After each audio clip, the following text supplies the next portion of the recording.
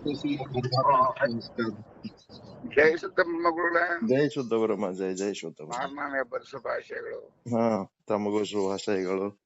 ಮಹಾನವಮಿ, ದಸರೆ ಶುಭಾಶಯಗಳು. ಒಳ್ಳೇದಾಗ್ಲಿ, ಆನಂದವಾಗಿರ್ರಿ, ಸುಖವಾಗಿರ್ರಿ. ತಮ್ಮ ಆಶೀರ್ವಾದ ಹೊಂದಿದ್ರೆ ಸಾಕು. ಹ್ಮ್ ಆರೋಗ್ಯ ಒಂದಿದ್ರೆ ಭಾಗ್ಯ. ಎಲ್ಲ ಅದರ ಆಯ್ತು. ಜೊತೆಗೆ ಬ್ರಹ್ಮ ಜ್ಞಾನ ಪಡ್ಕೊಂಡ್ರಿ ನಿಮ್ಮಂತ ಭಾಗ್ಯವಂತರು ಮತ್ತಿನ್ಯಾರಿಲ್ಲ ಜಗತ್ನಾಗ. ತಮ್ಮಂತ ಗುರುಗಳಿದ್ರೆ ಎಲ್ಲ ನಡೆಯುತ್ತೆ ಗುರುಗಳ. ಆನಂದ, ಪರಮಾನಂದ. ನಿಮ್ಮ ಪೇಷನ್ಸ್ ಆಗಿ ಯಾರು ವಿವರಣೆ ಮಾಡೋದೇ ಕಷ್ಟ ಗುರುಗಳಿಗೆಲ್ಲ.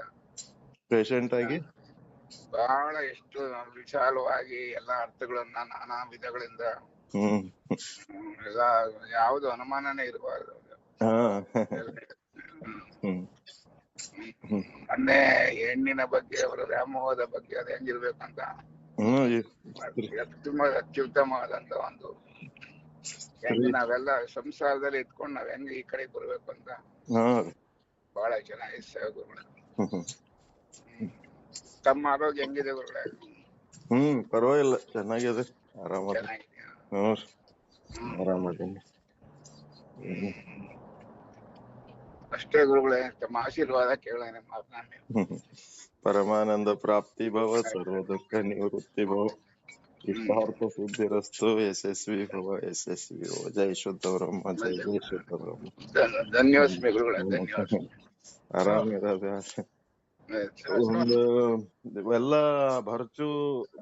ಭರ್ಚು ಮಂತ್ರಿಗೆ ಒಂದು ವಿವೇಕ ಉದಯ ಆಗಿ ವೈರಾಗ್ಯ ಉಂಟಾಗ್ತದ.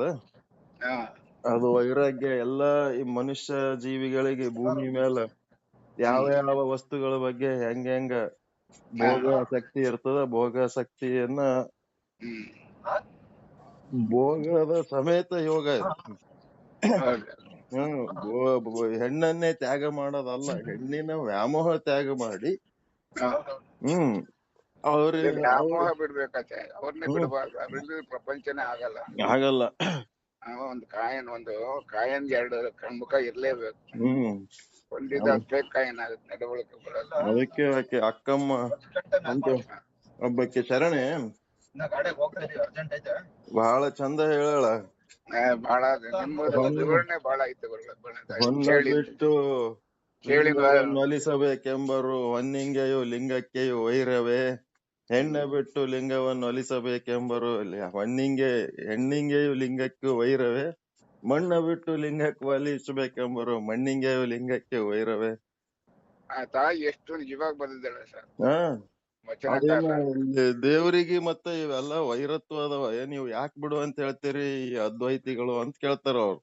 ಅದ್ವೈತ ಸಿದ್ಧಾಂತ ಏನ್ ಮಾಡ್ತದ, ಜಗತ್ತನ್ನ ಎಲ್ಲ ಬಳಸ್ಕೊಂಡು ಜಗತ್ತಿಗೆ ಬೈತು. ಶರೀರವನ್ನ ಬಳಸ್ಕೊಂಡಕ್ಕೆ ಶರೀರಕ್ಕೆ ಮಲಕೋಶ ಅಂದ್ ಬಿಡ್ತಾರ.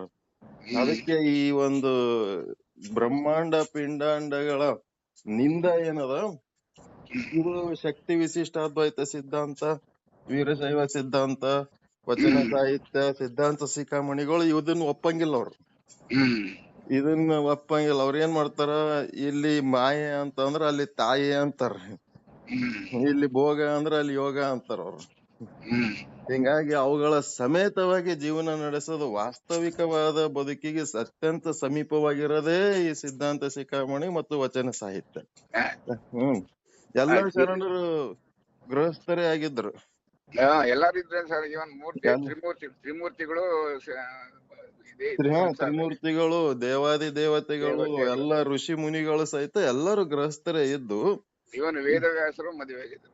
ಎಲ್ಲರೂ ಎಲ್ಲಾ ಗೃಹಸ್ಥರೇ ಇದ್ದು ಜೀವನ ಮಾಡ್ಯಾರ. ಇದು ಏನ್ ಮಾಡ್ತದ, ಅದ್ವೈತ ಸಿದ್ಧಾಂತ ಅದನ್ನೆಲ್ಲ ನಿಂದ ಮಾಡ್ತದ.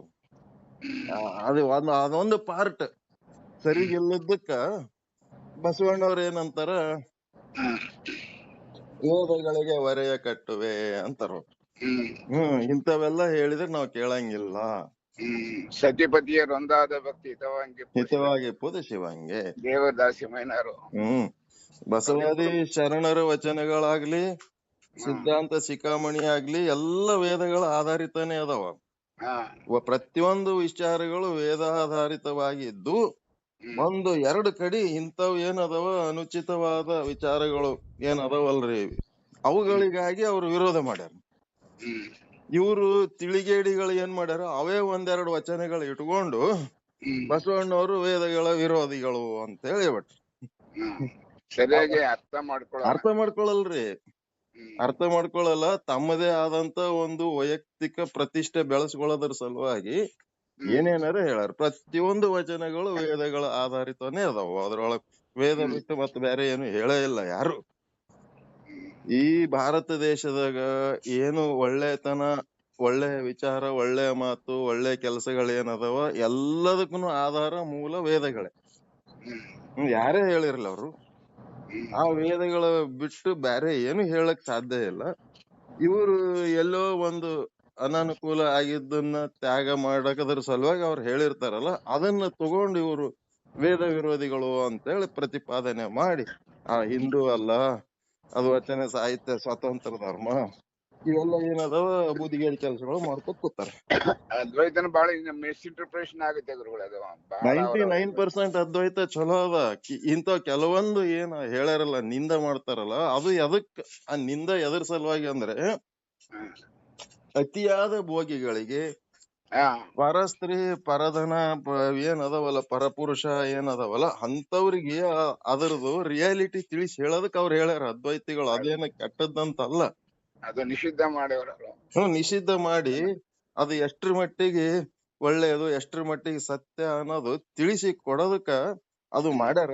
ಬಟ್ ಅದಕ್ಕ ಇದು ಇಲ್ಲ, ಮುಂದ ಅನುಕೂಲ ಮಾಡಿ ಹಿಂಗ ಪೂರ್ತಿ ತ್ಯಾಗ ಮಾಡೋದಲ್ಲ, ಅದರ ಸಮೇತವಾಗಿ ನಾವು ಇಲ್ಲಿ ಜೀವನ ಮಾಡ್ಬೇಕು ಅನ್ನೋಂಥದ್ದು ತಿಳಿಸಿ ಹೇಳಿಲ್ಲ ಅವ್ರು. ಅದಕ್ಕೆ ಎಲ್ಲ ತ್ಯಾಗ ಮಾಡಿಕೆ ಹೋಗಿ ಏನ್ ಮಾಡಿದ್ರು, ಈ ಅದ್ವೈತ ಸಿದ್ಧಾಂತದ ಪ್ರಕಾರ ಶಿವನಿಗೆ ಒಯ್ದು ಕೈಲಾಸ ಬೆಟ್ಟದ ಮೇಲೆ ಕುಂದಿರ್ಸ್ಬಿಟ್ಟ.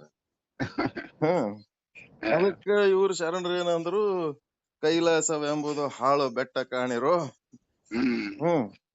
ಅಲ್ಲಿರುವ ಚಂದ್ರಶೇಖರನೊಬ್ಬ ಹೆಡ್ಡ ಕಾಣಿರೋ, ಅವನ ಸುತ್ತಮುತ್ತ ಇರುವ ಶಿವ ಗಣಾಧೀಶ್ವರರೆಲ್ಲ ಮೈಗಳರು ಕಾಣಿರೋ ಅಂತಂದ್ರ. ಈ ಬ್ರಹ್ಮಾಂಡ ಪಿಂಡಾಂಡಗಳ ಸಮೇತವಾಗಿ ಯಾರು ಜೀವನ ಮಾಡ್ತಾರ ಅವರೇ ಜಾಣರು. ಇವುಗಳನ್ನ ತ್ಯಾಗ ಮಾಡಿ ಹೋಗಿ ಎಲ್ಲರ ಒಂಟಿಯಾಗಿ ಕೂತ್ರ ಅದು ಜಾಡತನ ಅಂತ ಶಕ್ತಿ ವಿಶಿಷ್ಟ ಅದ್ವೈತ ಸಿದ್ಧಾಂತ ಹೇಳತ್ತ. ಪರಿಪೂರ್ಣ ಆಗೋದಿಲ್ರಿ. ಪರಿಪೂರ್ಣ ಆಗ್ಬೇಕಂದ್ರೆ ಎರಡು ಕದ್ರೆ ಆಗಲ್ಲ ಬೇಕು. ಮತ್ತೆ ಶಿವ ಕರೆಂಟ್ ಅಲ್ಲಿ ಪ್ಲಸ್ ಮೈನಸ್ ಇವ್ರೆಷ್ಟು ಸತ್ ಚಿತ್ ಆನಂದ ನಿತ್ಯ ಪರಿಪೂರ್ಣ ಅಂದ್ರ ಅದ್ರ ಜೊತೆಗೆ ಒಂದು ಮಾಯೆ ಅಂತ ಹೇಳಿಕೆ ಒಂದು ಜೋಡಿಸೇ ಹೇಳ್ಬೇಕಾಗ್ತದ. ಮಾಯೆ ಬಿಟ್ಟು ಏನು ಹೇಳ್ತಾರ? ಮಾಯೆಯಲ್ಲಿ ಜೀವನನೇ ಇಲ್ಲ. ಉಪಯೋಗಿಸ್ಬೇಕು. ಮಾಯೆ ಏನಂತ ಮಾಯಾ ಉಪಯೋಗಿಸ್ಬೇಕು. ಹ್ಞೂರಿ. ಮಾಯಾ ತತ್ವ ಏನ್ ಹೇಳ್ತದ ಅಂದ್ರ, without me he cannot manifest ಅಂತಾರ. ನಾನ್ ಇಲ್ಲದೆ ಆತ ಪ್ರಕಟ ಆಗ್ಲಿಕ್ ಸಾಧ್ಯನೇ ಇಲ್ಲ ಅಂತ ಮಾಯಾದೇವಿ ಹೇಳ್ತಾವ. Without him I cannot exist. ಆತ ಇಲ್ಲದೆ ನಾನು, ನನ್ನ ಅಸ್ತಿತ್ವನೇ ಇಲ್ಲ. ನನ್ನ ಅಸ್ತಿತ್ವ ಅದ ಅಂದ್ರ ಆತ ಇದ್ದಾನೆ ಅಂತ ನನ್ನ ಅಸ್ತಿತ್ವ ಅದ. ಆದ್ರೆ ನಾನಿಲ್ಲ ಅಂತಂದ್ರ ಆತ ಪ್ರಕಟ ಆಗಂಗಿಲ್ಲ. ಈ ಬ್ರಹ್ಮಾಂಡ ಪಿಂಡಾಂಡಗಳು ಪ್ರಕಟ ಆಗ್ಬೇಕಾದ್ರ ಮಾಯೆ ಸಪೋರ್ಟ್ ಬೇಕೇ. ಬಹಳ ಅದ್ಭುತ ಆಯ್ತು. ನಾನು ಇಲ್ದಿದ್ರೆ ಅವನಿಲ್ಲ, ಅವನಿಲ್ದಿದ್ರೆ ನಾನಿಲ್ಲ. ಈಗ ಆಭರಣ ಅಂದ್ರ ಮಾಯೆ, ಮತ್ತ ಬ್ರಹ್ಮ ಅಂದ್ರ ಚಿನ್ನ. ಈಗ ಅದು ಚೊಕ್ಕ ಚಿನ್ನ ಒಯ್ದು ಅಲ್ಮರಾಗ ಇಟ್ರ ಅದ್ ಯಾರು ಉಟ್ಕೊಳಕ್ ಬರಲ್ಲ, ತೊಡ್ಕೊಳಕ್ ಬರಂಗಿಲ್ಲ. ತೊಡ್ಕೊಳ್ಳಂತ ಒಂದು ಆಭರಣ ಮಾಡಿ ಪ್ರಕಟ ಮಾಡ್ಬೇಕಾದ್ರ ಅದ ಆಭರಣ ಆಗ್ಲೇಬೇಕು. ಆಭರಣಕ್ಕೆ ಸೇರ್ಸ್ಲೇಬೇಕು ಮಟ್ಟ. ಆಭರಣ ಆಗ್ಲೇಬೇಕು. ಅದಕ್ಕ ಮಾಯ ಅಂತಳ. ನಾನು ಆಭರಣ ಇದ್ದಂಗ ನಾನು ಇಲ್ಲದೆ ಆ ಚಿನ್ನ ಪ್ರಕಟ ಆಗ್ಲಕ್ ಸಾಧ್ಯ ಇಲ್ಲ ಅಂತ ಹೇಳಕಿ ಮಾಯ. ಮತ್ತ ಚಿನ್ನ ಇಲ್ಲ ಅಂತಂದ್ರ ಆಭರಣಕ್ಕೆ ಅಸ್ತಿತ್ವನೇ ಇಲ್ಲ, ಎಲ್ಲಿರ್ಲಕ್ ಸಾಧ್ಯ ಅದ ಆಭರಣ? ಹಿಂಗಾಗಿ without him I cannot exist, without me he cannot manifest ಅಂತ ಹೇಳ್ತಾವ. ಹಿಂಗಾಗಿ ಅದನ್ನ ಬಿಟ್ಟು ಇವ್ರು ಒಂದೇ ಸಿಂಗಲ್ ಮಾಡ್ಲಕ್ ಹೋಗ್ತಾರಲ್ಲ, ಅಲ್ಲಿ ಸಮಸ್ಯೆ ಆಗ್ತದ. ಅದ್ವೈತ ಅನ್ನೋನ ಅದು ಒಂದೇ ಇತ್ತಂತಂದ್ರ ಇದು ಆಗಂಗಿಲ್ಲ, ಮುಂದಿನ ಜೀವನನೇ ಆಗಂಗಿಲ್ಲ, ಮಾತು ಕತೆಗಳೆಲ್ಲ ನಿಂತ ಹೋಗ್ಬಿಡ್ತಾವ. ಹ್ಮ್ ಅವೆಲ್ಲ ಪ್ರಕಟ ಆಗ್ಬೇಕು. ಆತನ ವಿಷಯವನ್ನೇ ಕುರಿತು ಮಾತನಾಡ್ಬೇಕು, ಹೇಳ್ಬೇಕು, ಕೇಳ್ಬೇಕಂದ್ರುನು ಗುರು ಶಿಷ್ಯ ಅಂತ ಎರಡ್ ಆಗ್ಬೇಕಾಗ್ತದ, ಶಾಸ್ತ್ರ ಅಂತ ಆಗ್ಬೇಕಾಗ್ತದ. ವ್ಯಾವಹಾರಿಕ ಬದುಕಿಲ್ಲದೆ ಪರಮಾರ್ಥಿಕ ಬದುಕು ಸಾಧ್ಯ ಇಲ್ಲ. ಅದು ಪ್ರಕಟ ಆಗಂಗೇ ಇಲ್ಲ. ವ್ಯಾವಹಾರಿಕ ಬದುಕು ಪರಮಾರ್ಥದ ಪ್ರಕಟಣೆಗಾಗಿಯೇ ವ್ಯಾವಹಾರಿಕ ಬದುಕದ. ಹ್ಮ್ ಅದನ್ನ ನಾವು ಬೇರೆ ಏನೇನೋ ಪ್ರಕಟ ಮಾಡಿ ಅಜ್ಞಾನದಿಂದ ಏನೋ ಮಾಡ್ಕೋತೀವಿ, ಅದು ಅಜ್ಞಾನ. ಪರಮಾತ್ಮನ ಪ್ರಕಟಣೆಗಾಗಿಯೇ ಇರೋದು ವ್ಯಾವಹಾರಿಕ ಬದುಕೆಲ್ಲ. ಹ್ಮ್ ಮತ್ತೆ ಪರಮಾರ್ಥ ಇರ್ಲಿಲ್ಲ ಅಂತಂದ್ರೆ ವ್ಯಾವಹಾರಿಕ ಬದುಕು ಅರ್ಥನೇ ಇಲ್ಲ, ಅದಕ್ಕೆ ಸಾಧ್ಯನೇ ಇಲ್ಲ. ಎಲ್ಲದಕ್ಕೂ ಪರಮಾರ್ಥದ ಸಪೋರ್ಟೇ ಅದ. ಅದರ ಸಪೋರ್ಟ್ ಮೇಲೆ ಎಲ್ಲಾ ನಡೆದವ. ಬಂಗಾರದ ಆಧಾರದ ಮೇಲೆ ಎಲ್ಲಾ ಆಭರಣಗಳು ನಡೆದವ. ಹ್ಮ್ ಹಿಂಗಾಗಿ ಎರಡನ್ನ ಮೇಳೈಸಿಕೊಂಡು ಹೋಗುವವನೇ ಜಾಣ ಅಂತ. ಈಗದು ಈಗಿನ ಪಾಠಗಳು ಬಹಳ ಇಂಪಾರ್ಟೆಂಟ್ ಅದಾವ್ರಿ. ಈಗೇನ್ ವೈರಾಗ್ಯದ ಬಗ್ಗೆ ಹೇಳ್ತಾರ, ಇಂಪಾರ್ಟೆಂಟ್ ಅದಾವ. ಎರಡು ಅಡ್ಜಸ್ಟ್ ಮಾಡಿ ಹೇಳಂತ ಪಾಠ ಹೇಳಂತವ್ರೆ ಬೇಕಿದಕ್ಕ. ಬರೀ ವಿಚಾರ ಸಾಗರದಾಗ ಇದ್ದದ್ದೇ ಹೇಳಿದ್ರ ಆಗಲ್ಲ. ಅದಕ್ಕೆ ಶಕ್ತಿ ವಿಶಿಷ್ಟ ಅದ್ವೈತ ಸಿದ್ಧಾಂತದ ಕಿರೀಟ ಹಾಕ್ಲೇಬೇಕು. ಹ್ಮ್ ಆ ಜಿರ್ಲೆ ಉದಾಹರಣೆ, ಚೇಳಿನ ಉದಾಹರಣೆ ಬಹಳ ಚೆನ್ನಾಗಿತ್ತು ಅದು. ಹ್ಮ್ ಜಿರಳೆ, ಚೇಳು. ಆಯ್ತು ಗುರುವೆ, ಜೈ ಗುರುವೆ. ಜೈ ಶುದ್ಧ ಬ್ರಹ್ಮ, ಜೈ ಶುದ್ಧ ಬ್ರಹ್ಮ. ಆರಾಮ್ರಿ, ಚೆನ್ನಾಗಿರಿ, ಆನಂದ ಬರ್ರಿ, ಒಳ್ಳೇದಾಗ್ಲಿ.